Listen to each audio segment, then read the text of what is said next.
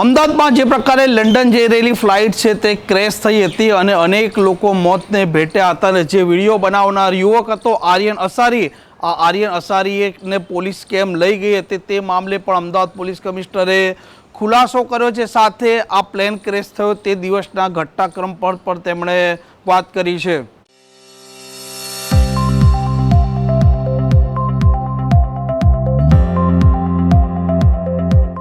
નમસ્કાર, આપ જોઈ રહ્યા છો હોટલાઇન ન્યૂઝ અને હું છું આપની સાથે તોફિક ગાંચી.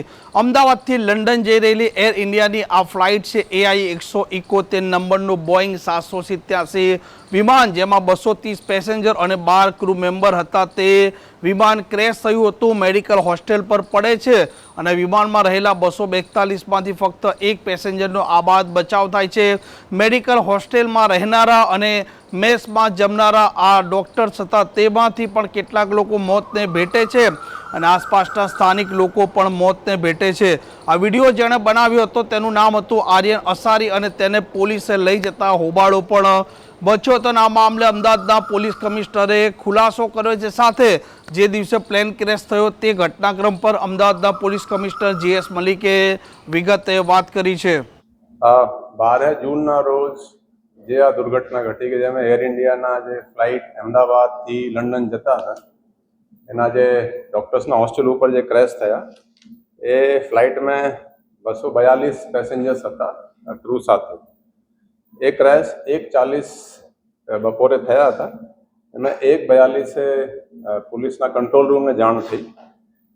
કંટ્રોલ રૂમને મને તરત જ DCP કંટ્રોલે મને 1:44 જાણ કરી.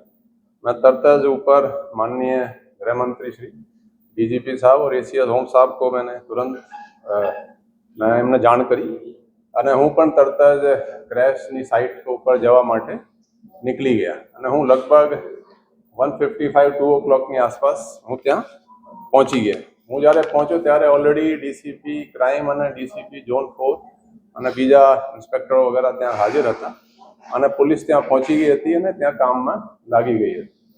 એમ્બ્યુલન્સ અને ફાયર બ્રિગેડ, ફાયર ટેન્ડર્સ વગેરે ત્યાં બધા આપણા ફાયરના જે એના રેસ્ક્યુ અને રિલીફ મેં કામમાં એ બહુ લાગી ગયા હતા. બીજી પણ ફોર્સિસ છે ત્યાં, SDRF, NDRF, paramilitary forces, CISF છે, BSF છે.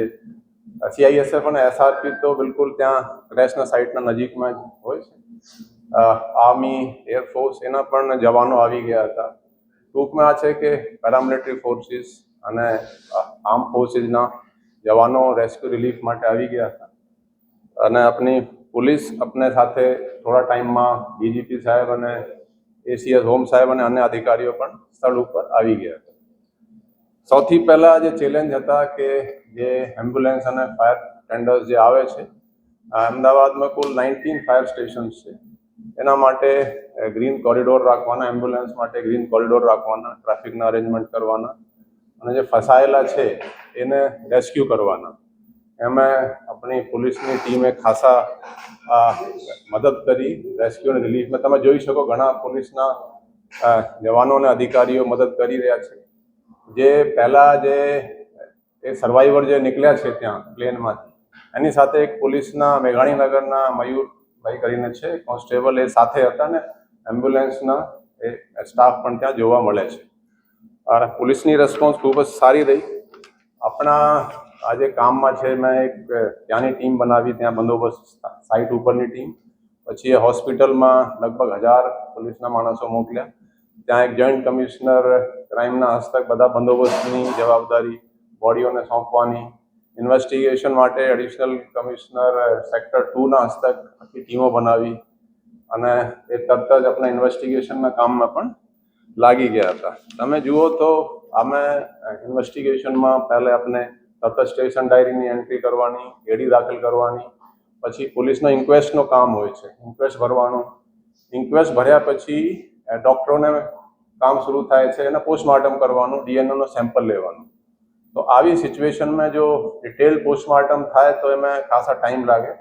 એટલે પોલીસ કમિશનરને એવી સત્તા છે ડિઝાસ્ટર મેનેજમેન્ટ એક્ટ હેઠળની ગાઈડલાઇન્સમાં કે ડિટેલ પોસ્ટમોર્ટમ જે હોય ને કે બોડીમાં અંદર એનો કિડની કેવા છે, લીવર કેવા છે, આ બધું લખવાની જરૂર નથી.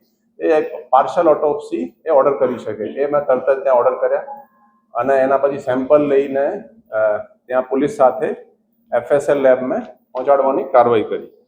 તો આ જે ક્રેશ છે એ 1:40 બપોરે થયા હતા અને જે આ બધી પ્રોસેસ થઈને પોલીસ સેમ્પલ લઈને ગાંધીનગર FSLમાં રાતના 12 તારીખના જ રાતમાં 00:19 hours મતલબ 11 કલાકની ઓછા સમયમાં આપણે ત્યાં સેમ્પલ લઈને ત્યાં પહોંચાડી દીધા. એટલી ફાસ્ટ કામ હતું.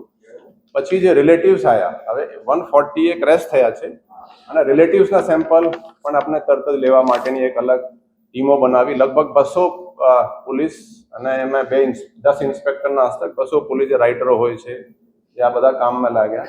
એ 8:30 એ ત્યાં એના જે સેમ્પલ છે DNAના રિલેટિવ્સના 51 રિલેટિવ્સના સેમ્પલ ત્યાં પહોંચાડી દીધા. હવે જુઓ કે લેસ દેન 7 hours અને DNAની પ્રોસેસ પણ બહુ ફાસ્ટ થઈ છે.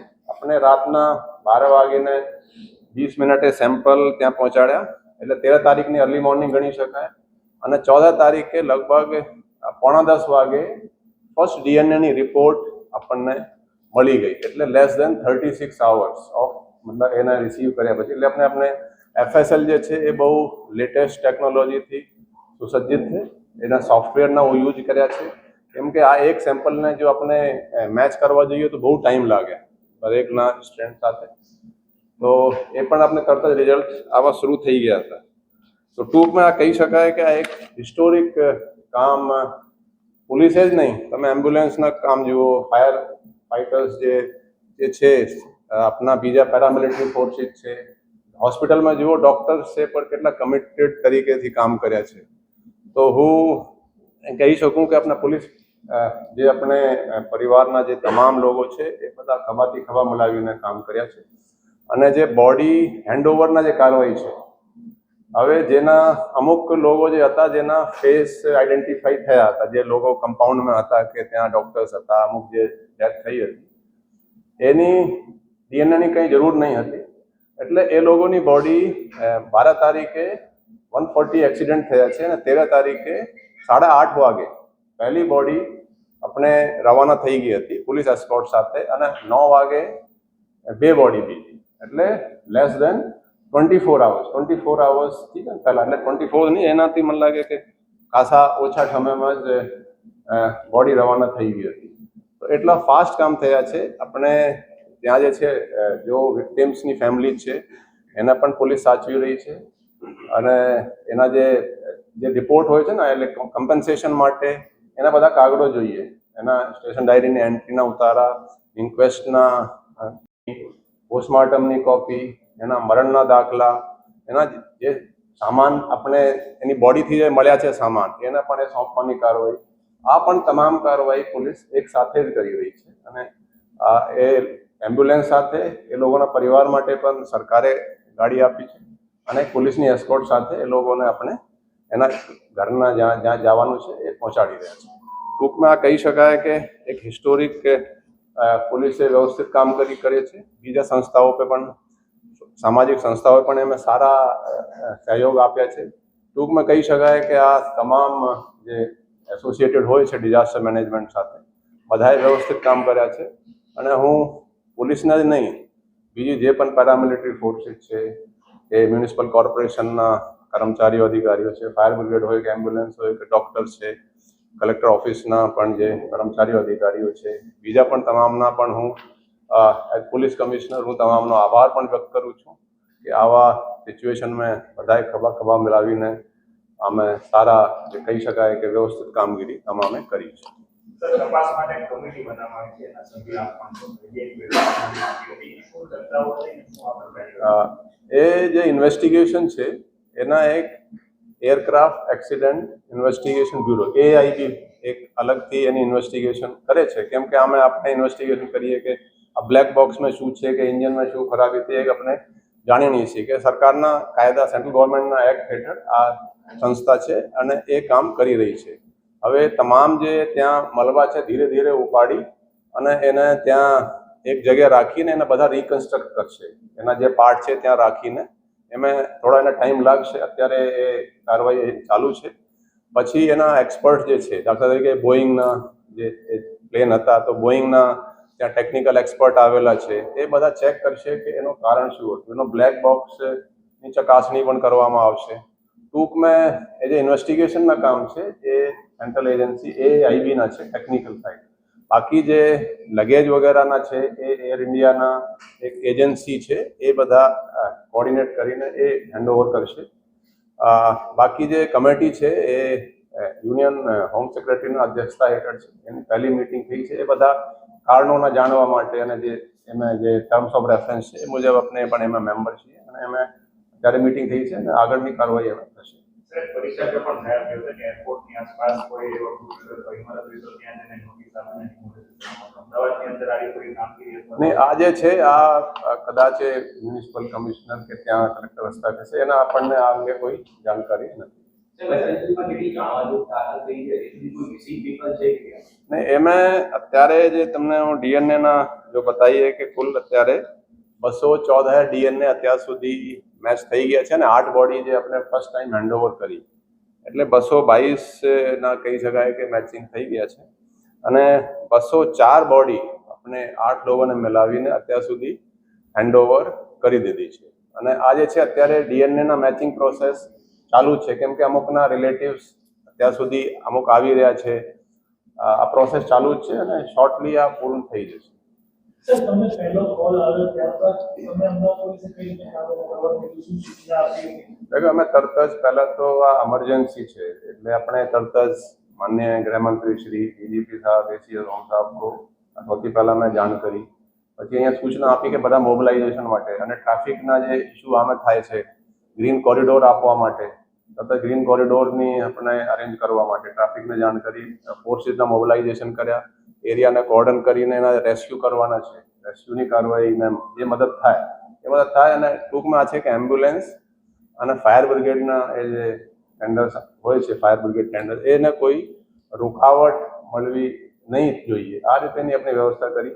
ત્યાં એક ટીમો બનાવી, ત્યાંના એક એડિશનલ કમિશનર જે સાઇટ ઉપર છે, એડિશનલ કમિશનર સેક્ટર 1ના એના ઇન્ચાર્જ બનાવ્યા. હોસ્પિટલના બંદોબસ્ત વગેરેની કાર્યવાહી માટે અને બોડીને હેન્ડઓવર માટે JCP ક્રાઇમના કાર્યવાહી જિમ્મેવારી સોંપી અને ઇન્વેસ્ટિગેશન માટે એડિશનલ કમિશનર સેક્ટર 2ને એ જવાબદારી સોંપી. કેમ કે આ બધું જ પેરેલલ પ્રોસેસિંગ થવાના છે. ઘણા બધા આ પણ કામ ચાલે, રિલેટિવ્સના સેમ્પલ પણ લેવાનું, ડેડ બોડીના પણ સેમ્પલ લેવાના, એ બધા એક ટીમો બનાવીને આપણે ખરેખર વ્યવસ્થિત કોઓર્ડિનેશનથી કાર્યવાહી કરી છે. મિસિંગ પર્સન કેટલા છે? કોઈ પેલી આવી છે નહીં, અત્યારે જે છે શોર્ટલી આ બધું ક્લિયર થઈ જશે કે કેટલા DNA-ના ત્યાં છે. કેમ કે આપણે તો લગભગ 318 તો પાર્ટ જે છે ને, જુદા જુદા પાર્ટો મોકલ્યા છે, રિલેટિવ્સ પણ આવી રહ્યા છે. કેટલી એક્ઝેક્ટ ડેથ છે એનો પણ આંકડો within I think 2-3 days clear થઈ જશે. એક્ઝેક્ટ આપણે કહીએ જઈએ તો એ વ્યાજબી નહીં ગણાય. સર, ADની તપાસ જે ચાલે છે એ સૌથી મોટી તપાસ છે, એમાં શું ખાસ તપાસ? નહીં, આમાં જૈસે તપાસ છે કે જૈસે આપણે કોઈ જ્યારે અંદર હશે, કોઈ મોબાઈલથી કંઈ વિડીયો ઉતારતા હોય મોબાઈલથી, તો આપણે આવું ડિસિઝન લીધું છે કે જે મોબાઈલ ફોનો આપણે લગભગ 100થી ઉપર મળ્યા છે, ત્યાં અમુક મળેલા છે, અમુક મળેલા નથી, એને આપણે તમામની ફોરેન્સિક જાંચ કરાવીએ કે 1:38 પછી કોઈ વિડીયો હોય કે કોઈ ફોટોગ્રાફ હોય જેનાથી અંદરની સિચ્યુએશન આપણે જાણી શકીએ. આ એક અમુક એ મુદ્દા છે જેની આપણે તપાસના કામે જોવાના છીએ. બાકી તમામ જે તપાસ છે એ AIB જે છે, સેન્ટ્રલ એજન્સી જે છે, એ કરશે. સર, બ્લેક ટ્રેન જોતારે એક યુવાને વિડીયો પણ બનાવ્યો હતો ને તેને પોલીસ લઈ ગઈ હતી, તો કયા કારણોસર લઈ ગઈ હતી, શું देखिए आज कोई પણ આવા બનાવ બને તો પોલીસ તમામ પહેલુંની જાણ કરે છે. તપાસના કામે એના વિડીયો લેવાના હોય, એનો સ્ટેટમેન્ટ લેવાના હોય, આ એક પોલીસની રૂટીન પ્રક્રિયા છે કે આ જે વિડીયો બનાવ્યા છે એનો બસ સ્ટેટમેન્ટ લેવા, કેટલા વાગે બનાવ્યા, શું જોયું, એ સ્ટેટમેન્ટ આ રૂટીન જેવું કહી શકાય. અમે કંઈ એવું ખાસ નથી. અને પછી છોડી પણ દીધા. સાહેબ, એક વ્યક્તિ જે બચી ગયો છે આ દુર્ઘટનામાં, એનું આપણે કોઈ નિવેદન લીધું? એના સ્ટેટમેન્ટ આપણે લીધા છે. આપણા રેકોર્ડ માટે એના સ્ટેટમેન્ટ પણ આપણે લીધા છે. Thank you. આ પ્રકારના સમાચાર, આ પ્રકારના અહેવાલ માટે હોટલાઇન ન્યૂઝ ડે ચેનલ જોવાનું ને સબસ્ક્રાઇબ કરવાનું ભૂલતા નહીં. નમસ્કાર. આવા પ્રકારના વિડીયો તમને જોવા ગમતા હોય તો હોટલાઇન ન્યૂઝ ચેનલને લાઇક, શેર અને સબસ્ક્રાઇબ કરો.